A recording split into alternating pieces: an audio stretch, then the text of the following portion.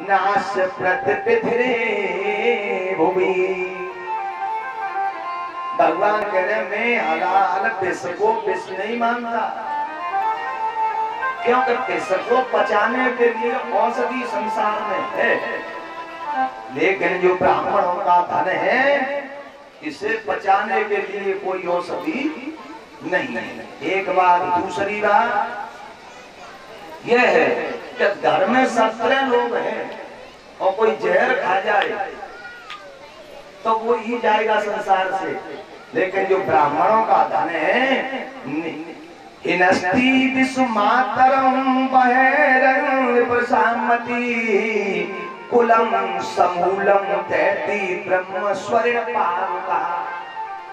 जो ब्राह्मण के धन को अमीत से हरण कर ले, कुलम समूलम दैती ब्रह्म स्वर्ण पावका, सारे कुल पीढ़ी और चल करके भस्म हो जाते हैं। कुलम समूलम दैती ब्रह्म स्वर्ण, वाह, भगवान की क्रोध रूपी अग्नि में जल करके भस्म हो जाते हैं। तो ब्राह्मण का धन जो है ये विष से भी भयंकर विष है, इसे बचाने के लिए कोई औषधि नहीं है। लेकिन अब कुछ लोग शास्त्र पढ़ते हैं तो ऐसा भी कह देते हैं कि शास्त्र शायद पंडित नहीं लिखे हैं तो अपनी प्रशंसा लिख रही।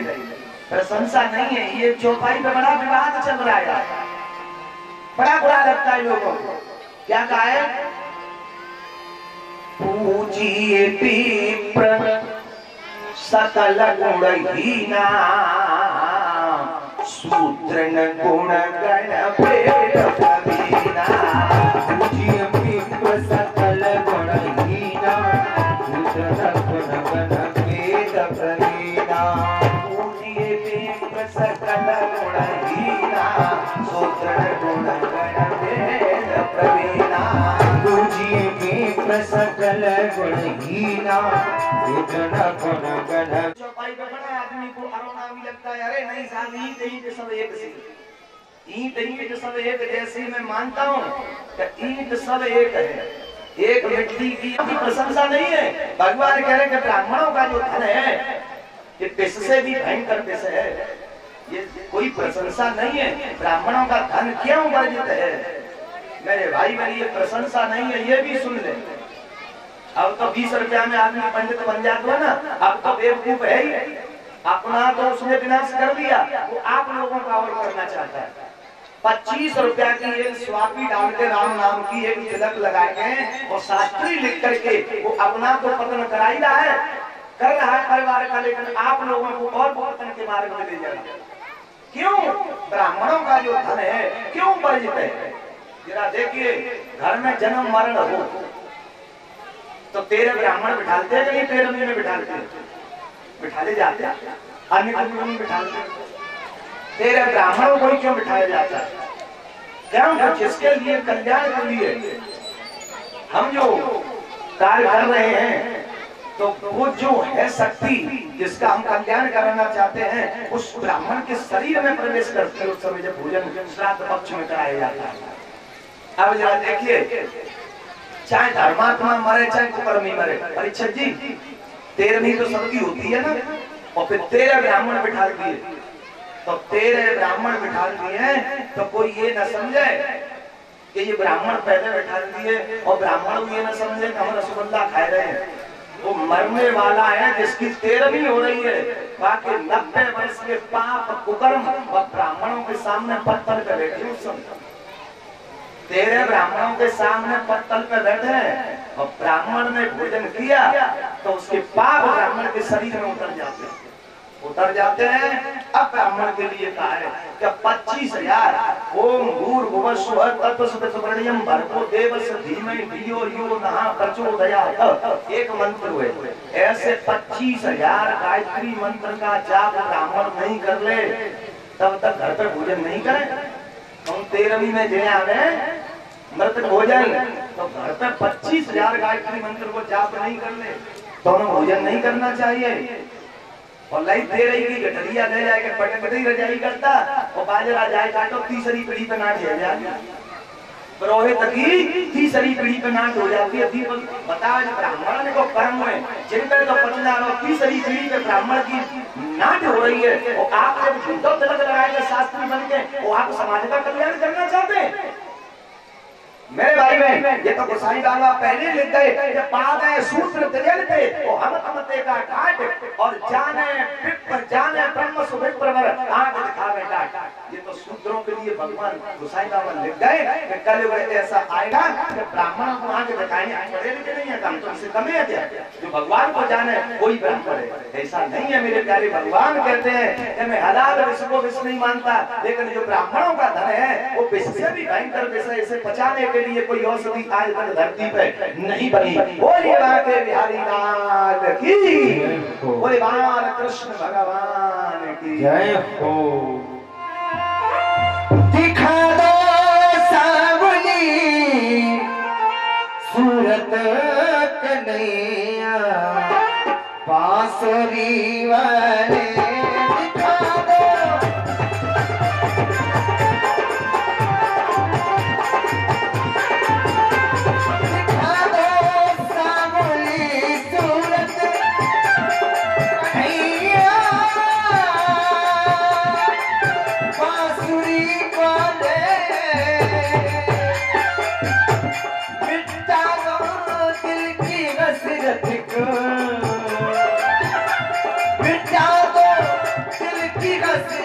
को कन्हैया बांसुरी वाले,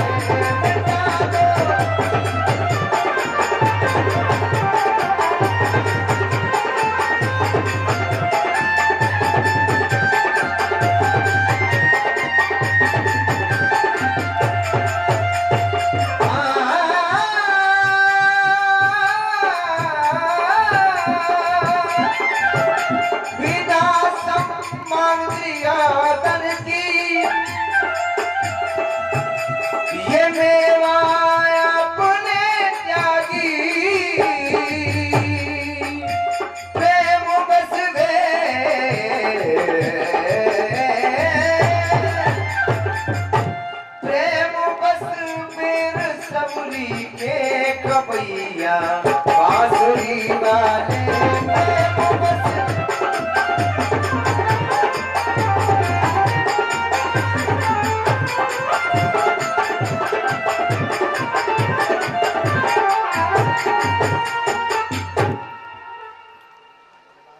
बोले बाके बिहारी लाल की, बोले बाल कृष्ण भगवान की जय हो। हाँ तो देखिए मेरे भाई बहन 3 बजने के लिए घड़ी इशारा कर रही है। 2 मिनट के लिए विश्राम में जलपान कर लें, जरूरी कार्य से निवृत्त हो और पुनः कथा में स्थान लें। बड़ी पवित्र कथा है। अभी भगवान कृष्ण अर्जुन भीम दादा ब्राह्मण बन करके और जरासंध के यहाँ जा रहे हैं। जरासंध का उद्धार, पांडवों का यज्ञ अभी बड़ी पवित्र कथा में प्रवेश करेंगे।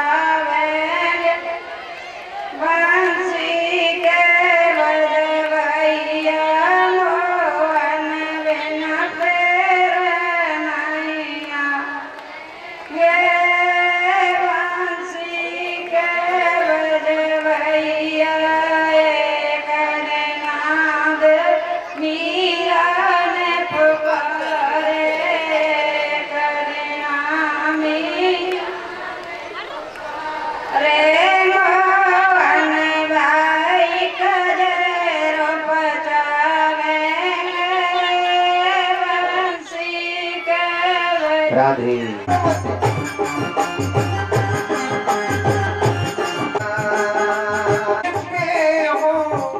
जिधर तुम छिपे हो उधर देखना गे, कन्हैया तुम्हें एक नजर देखना। जिधर तुम छिपे हो उधर देखना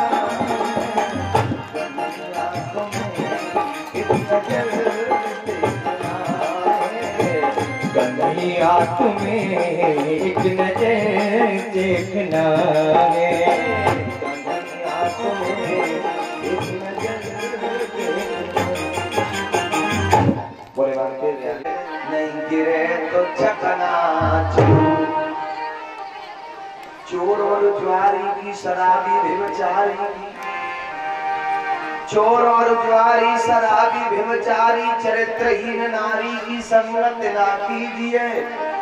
यार लगा बात होए नार बेलिहाज होए, साधु नशेबाज की प्रतीत मत कीजिए।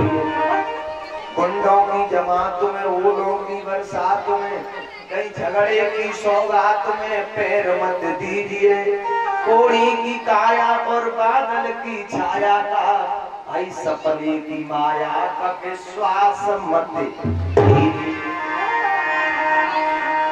सीताराम बोलो सहारा मिलेगा, सीताराम बोलो सहारा मिलेगा, सीताराम बोलो सहारा मिलेगा, सहारा मिलेगा, सहारा मिलेगा, सीताराम बोलो सहारा मिलेगा, बोलो किनारा मिलेगा, राधे श्याम बोलो किनारा मिलेगा, राधे श्याम में रंग मिलेगा। भीड़ गए कयामत की, कयामत की भीड़ गए कयामत की, और हम अकेले हैं, और जिंदगी की राहों में रंज गम की मेले, जिंदगी की राहों में रंज गम के मेले हैं। बिना श्याम सुंदर के हम तो अकेले हैं, हम तो अकेले हैं। बिना राम भक्ति के हम तो अकेले। चले मन की डोर ठाकुर जी की चरणों में लगा दें। आचार्य सुखदेव जीवन करने परीक्षा। एक दिन नारद जी भगवान कृष्ण के पास पधारे। भगवान ने सम्मान किया नारद जी को, पूछा कहिए नारद जी कहां से आना हुआ है, कैसे पर्दापण हुआ। श्री नाथ से आए हो? वो बोला महाराज मैं गया से आया हूं। बताइए कि जरासंध राजा ने 20,000 राजाओं को अपनी अपंदी बना दी। जो अधोगति में पड़े हैं उन्हें शांति है कि चलो बंसरी बेल तो चली रही है, जहाँ में कोई धर्मात्मा पुत्र पैदा होगा तो यज्ञ हवन पिंडदान गंगा स्नान से हमारा कल्याण कर दे, पितरों का ऋण पूरा होता है।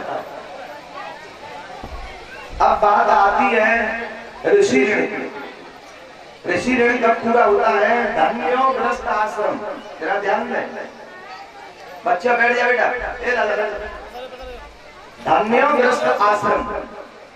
ग्रस्त को धन्य क्यों कहा है? कि ग्रस्तों से ही संत पैदा होता है, गृहस्थी में ही सन्यासी प्रकट होते हैं, ग्रस्तों से ही अतिथियों का सत्कार होता है। तो ग्रस्त व्यक्ति को दोपहर में दिन में घर का दरवाजा बंद करके कभी भोजन नहीं करना चाहिए। आया समझ में? गृहस्थ आदमी को घर का दरवाजा बंद करके भोजन नहीं करना चाहिए।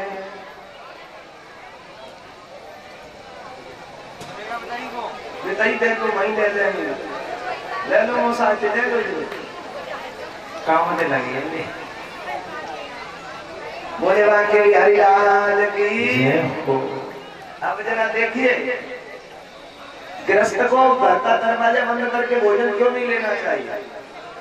कि आप घर में भोजन ले रहे, कोई भूखा अतिथि दरवाजे का आया और आपका दरवाजा लगा हुआ है, वो वापस जाता है तो जो गौ हत्या जैसा पाप है वो ग्रस्त की फाइल में लिखा जाता है।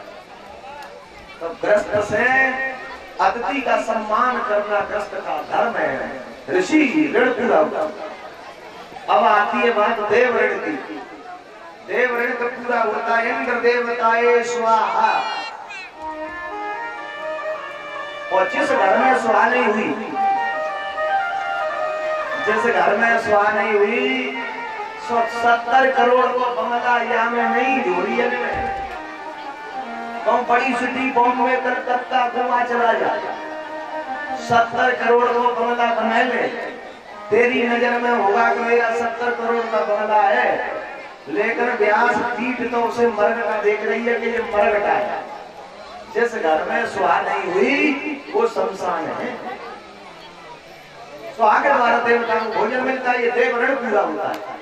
तो भगवान कहते हैं कि ये आपने यज्ञ के लिए बहुत अच्छा विचार किया, यज्ञ करी है, लेकिन क्या तुमने सब राजाओं को अपने अधीन कर लिया, जीत लिया? पांडव कहते हैं सबको कर दिया, एक रह गए। वो कौन है? क्या वो है जरासंध।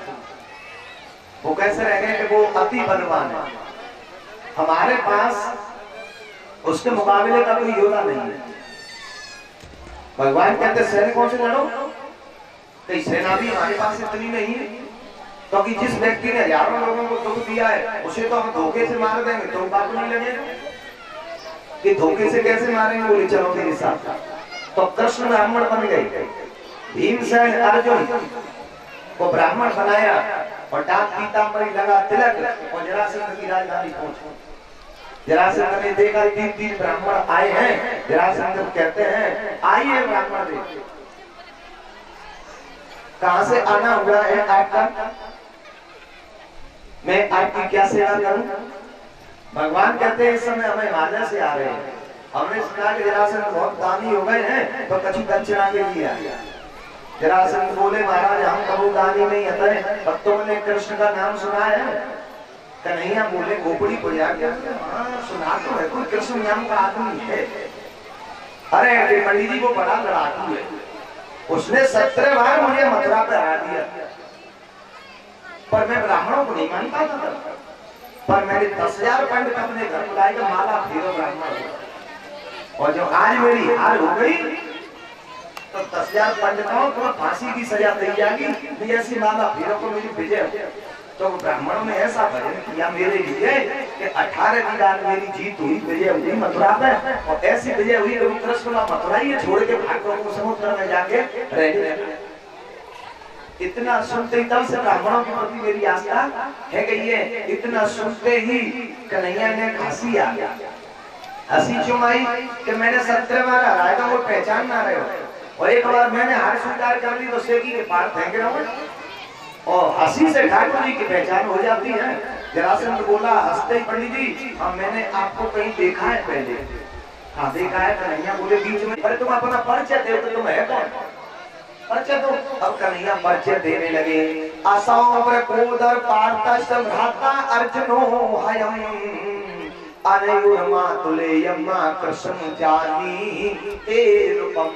मेरे ये दाहिनी तरफ खड़े हैं प्रकोदर, यानी इनका नाम भीम है। अच्छा, और मेरी ये बाईं तरफ खड़े हैं, इनके ये छोटे भाई हैं, इनका नाम है अर्जुन। अच्छा, तो ये पांडव भी है। हाँ, और तुम कौन हो? कन्हैया बोले हम तो इनके मामा के बेटा। बोले मामा के बेटा? बोले मामा के बेटा तो हो, और कोई आगे परिचय? बोले हाँ कृष्ण जानी ही तेरपम, मेरा नाम क्या कृष्ण, और तुम्हारा पुराना शत्रु जानी तेरपम। बोले मेरा शत्रु कृष्ण। इतना सुनते ही जरासंध के प्राण पंच रह गए। यहाँ पे 17 बार तो पहले ही हारे बैठे हैं, और बड़ी मुश्किल से एक बात बन पाई है, और आज लड़ गए और फिर हारे गए। तो जितने जितना पानी को बड़ी बात बिगड़ जाएगी, रास्ता ढूंढ लेगी, सुनते नहीं लड़ेंगे हम, काहे नहीं लड़ेंगे। आए तुम तो बहुड़ा हो। मथुरा सुप्रम कक्षता समुद्रम शरणम गता। मथुरा नगरी को छोड़ के समुद्र की शरण पहुंच गए, तुमसे नहीं लड़ूंगा। कृष्ण भेल तो कि जिनमें तो देख लियो तो ने कैसो धर्मी तो है भाई पहलवान तुम्हारे गांव में दंगल लड़तो आवत है तो अपने भाई पे भी लड़तो जाने के दो कोई में टच करे पर जान के नहीं लड़ेगा वो मार दी लेकिन जरा देखिए जरा से क्या कह रहे हैं आए तू वैसा तुल्यो नात सत्तो नले समा अर्जुनो नम भवेतम योदा भीम तुल्य बलो ममा अर्जुन से तो नहीं लड़ूंगा क्योंकि उम्र में भी छोटा है और मेरी बराबर का पहलवान भी नहीं है अर्जुन भी फिर ओके ये भीमसेन के भीम तुल्य बलो ममा जितो कछ मेरी बराबर ही कर सकते इतना सुन के ही भीम दादा फूल गुब्बारों बन गए तो जाकर मतलब ये है कि कृष्ण फेल और अर्जुन फेल हम टूर्नामेंट में पहला नंबर आए हम बड़े पहलवान पर आज वो पता ना चले पाई हमें तो आज मालूम पड़ी है कि हम बड़े पहलवान हुए आए आए आए फेल कृष्ण फेल नंबर हमारी पहलवान आए हो जब सवाल का बात है ऐसो को जगमा जगमाई श्री राम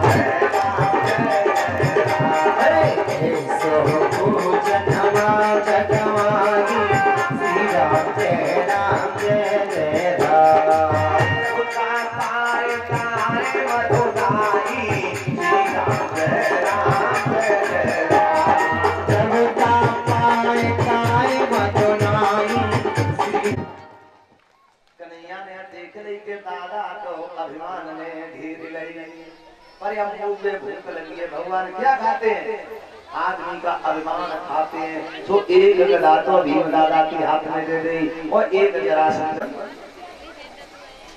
27 दिन हो गए लड़ते लड़ते आज भीमसेन कहते हैं रात्रि में कन्हैया हाँ दादा की लल्लू जिते ने वो कांटा लगे डाले में ढकेल दो लाए कहा भयो कि मेरी हड्डी को सुरमा बन गयो अब वो में तठाना हट के कल जरासंध को सामनो कर तो कि दादा कहा करें कि चलो रात में उठे खूब ना देखिए कन्हैया बोले तो दादा कहा करें हम फिर वो अर्जुन फिर पास तो तुम ही आयो तो कही अब हम कर देना लड़ रहे अरे तुम दादा बात बिगड़ जाएगी कि ऐसा करे बात मत कन्हैया बिगाड़े बनी बना के आई देखियो मैं तो जाएगा कन्हैया बोले दादा भगो मत एक बात बताओ ना कछु काम अकल से ना यानी ताकत से ना कछु अकल की तो जरूरत है कई अकल क्या करेगी अरे कई तुम लड़ता ही है तो भाई तरफ देख देना से का तो दाव तुम्हें बता दे अरे कई तरफ देखोगे मैं प्राण रहती पड़ी है कि प्राण कैसे बचे ये लगता है कि सुन मेरू पहाड़ टूट के मेरू पर जरा से कन्हैया समझ जैसे भीम दादा समझ गए जरा से की एक जंघा को पकड़ के दबाया और एक चीड़ के दो भाग में बांट दिया लेकिन वो तो खिसकते फिर जुड़ गए दादा बोले लल्लू अब बतावा का करती है दाव भेले अरे कि फिर लड़ो फिर लड़ाया तो बीच में से दिल का चीड़ के यूं नहीं थ्री जोल्ट कर दिया यूं दो दिशा में बांट दिया ऐसा ही हुआ जरासंध का उद्धार कथा क्या कह रही है अपने लिए समझ ले जरासंध को तो उद्धार है वो अरे हमारू है को भाई जरासंध को तो है को पर क्या इतना ये सुने कि हमारा है को हमारा नहीं भयो शंकर घोड़ा की फैक्ट्री में घुस जाओ क्या मैं हजारों ट्रकों का गुड़ चीनी शक्कर पड़ा हो और चिल्लाओ गुड़ गुड़ गुड़ तो मोहित तो है यार नहीं भयो जब होगा जब बाद में तेने को उठा के मुंह में डाल लेंगे तब मालूम पड़ेगा गुड़ में कैसे स्वाद है तो ये तो गुड़ के गोदाम में बैठते हो जरासंध होता है वो पर हमारा नहीं बनो अब अपने लिए ये समझ ले कि आज भी भीमसेन लड़े हैं और इससे पहले भी भीमसेन लड़ रहे थे कोई दूसरा नहीं हुआ साथ में लेकिन भीमसेन लड़ तो रहे पर भगवान को भूले थे आज तक कर्म तो कर्म भी करना है चिंतन भी करना ऐसा नहीं है कि कर्म के चक्कर में भगवान को ही भूल जाए नहीं सफलता नहीं मिलेगी और आज लड़े भगवान की तरफ उनका ध्यान था तो हम कोई भी कार्य करें ऐसे करें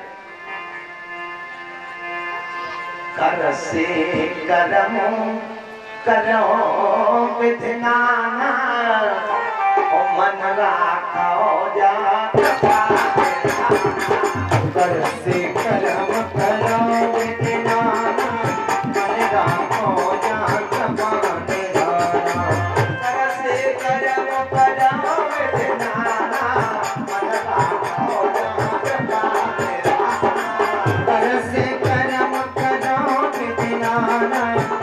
राखो जा कृपा निधाना। कर से कर्म करो विधिनाना, ओ मन राखो जा कृपा निधाना।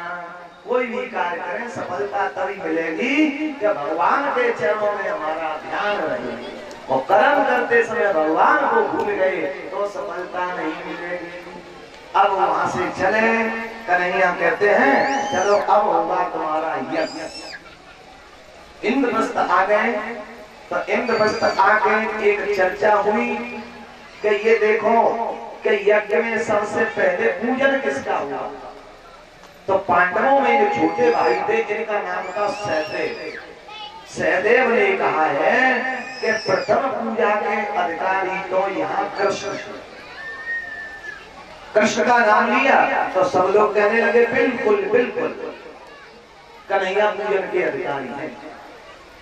लेकिन उसी सभा में कृष्ण की बुआ का बेटा शिशुपाल भी बैठा। शिशुपाल खड़ा होकर के कहने लगा अरे मैं सुन रहा हूँ कि आप पूजा के लिए पात्र ढूंढ रहे हो, लेकिन ये पूजा का अधिकारी कृष्ण कैसे हो सकता है? क्यों? इसके कुल का पता नहीं, वर्ण का पता नहीं, सारे धर्मों का बहिष्कार कर रखा है, स्त्रियों का हरण करता है, माखन की चोरी करने वाला, राजा अयाति का श्राप प्राप्ति से वंचित, यह पूजा का अधिकारी कैसे हो सकता है? अब बताइए, कृष्ण अर्जुन के प्राण बल्लभ गोविंद और उनसे कोई गाली देव कर नहीं सुन ले अर्जुन तो भीष्म पिता को बुरा लगा।